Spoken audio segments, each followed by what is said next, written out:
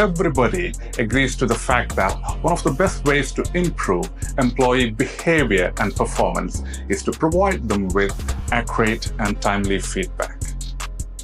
Hello, my name is Minnur Manmathan. I'm a leadership and management consultant.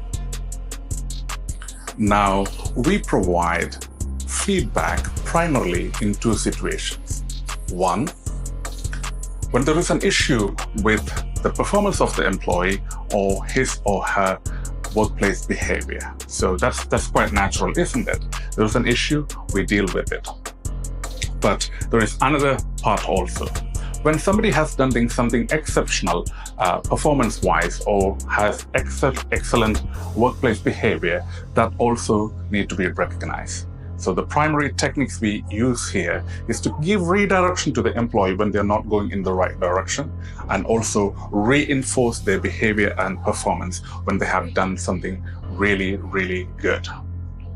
We are IIPD, Institute of Innovation and Professional Development. Join us to learn more.